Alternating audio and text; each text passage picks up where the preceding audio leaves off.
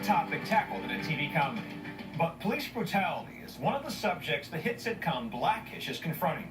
We take you behind the scenes with the actors who are part of one of the funniest and most socially conscious shows on television. Here's ABC's Deborah Roberts. The SVP of our new urban division, Andre Johnson.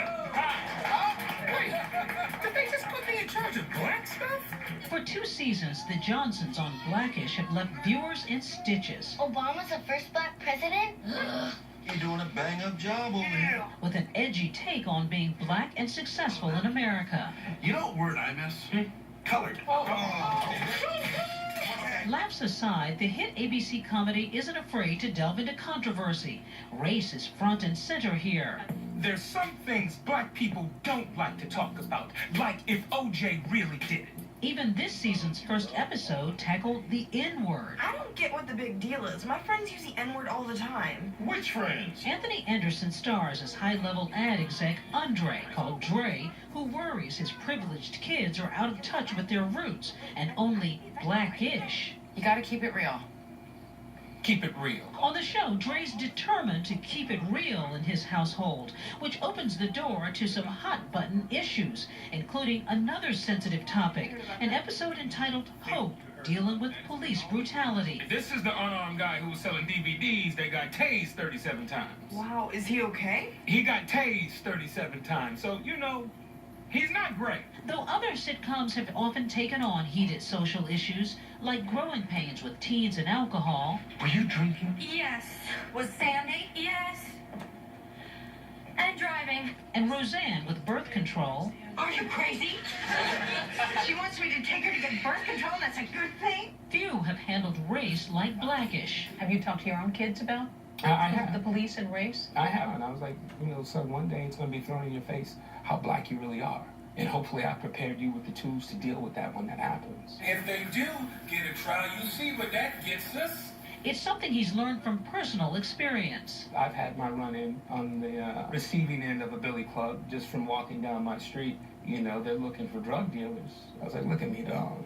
I'm coming home in dance tights from the high school for the performing arts. If I'm not really black, then could somebody please tell my hair and my ass? Dre's TV wife, Rainbow, played by actress Tracy Ellis Ross. It seems perfectly appropriate for our show. It seems perfectly appropriate for this family. We are a family living in this time. This is what's on the news. This is what's happening in our country.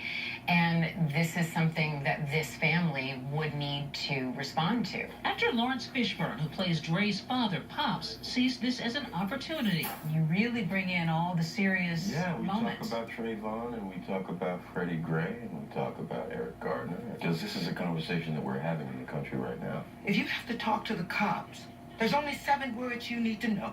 Yes, sir. No, sir. And thank you, sir. The scene struck a nerve for the actress who plays grandmother Ruby, Jennifer Lewis, who grew up near Ferguson, Missouri. I was warned as a child never to go to Ferguson alone. But Ferguson had a movie theater. I was not bothered by racism. I went and sat there with my popcorn. So Ferguson was personal for me. Kenya Barris created Blackish to fill what he said was a void on TV. Because there's so few examples of people of color on television, a lot of times the few examples that are become sort of the voice piece for America. In fact, Blackish prides itself on being politically incorrect. Were you worried about the name Blackish in the beginning? I was worried about it, and now I can't think it being called anything else. That was the big difference between us and the Cosby Show. That's why I stuck to the name Blackish. That family was about a family that happened to be black, and this was about a family that was absolutely black. We wanted to know how you think a black guy would say good morning. Probably just like that. Some people of color say they're a little squeamish. Sometimes they worry that we're getting close to stereotyping and also some of the subject matter. Does it bother you that some folks find it a little uncomfortable? No, it doesn't bother me. That means we're in our groove. That means we're doing what we set out to do. And any time that you're trying to say something of relevance and importance, it's going to make people uneasy. Did you feel when you were raising your kids and you are first generation successful that there were times where they're just kind of blackish, not quite? Oh, yeah. My son came to me at 12 years old and said he didn't feel black. I understood where he was coming from, being a 12-year-old kid, born into privilege. And then my family's still living in Compton and in Watts. And when he sees what's going on around this country with young black men, and, you know, that's not his experience. Still, comedy is the cornerstone of Blackish. We got a taste during our set visit. As I said, we are moving on up. As they say on Cribs, this is where the magic happens. For people who know the show, that magic is inside Dre's closet. All I'm concerned about are my shoes. Oh my My gosh. shoe collection. Okay, this is crazy. Anderson feels free to borrow his character's shoes since he lends moments of his own life to the show. Remember this episode? I want to have a bar mitzvah. So that was actually a real event. That was a real event. I was like, son, we cannot have a bar mitzvah. That is not who we are. And I was like, son, no, well, your friends are Jewish. That's why they're having bar mitzvahs. And I was like, okay, look, this is what we'll do, man. I said, I will throw you a party, and you know what we do? We'll call it a bro mitzvah.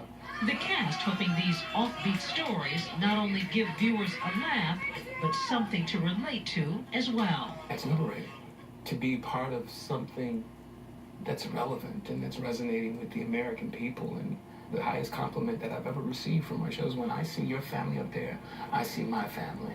For Nightline, this is Deborah Roberts in Burbank, California. Blackish.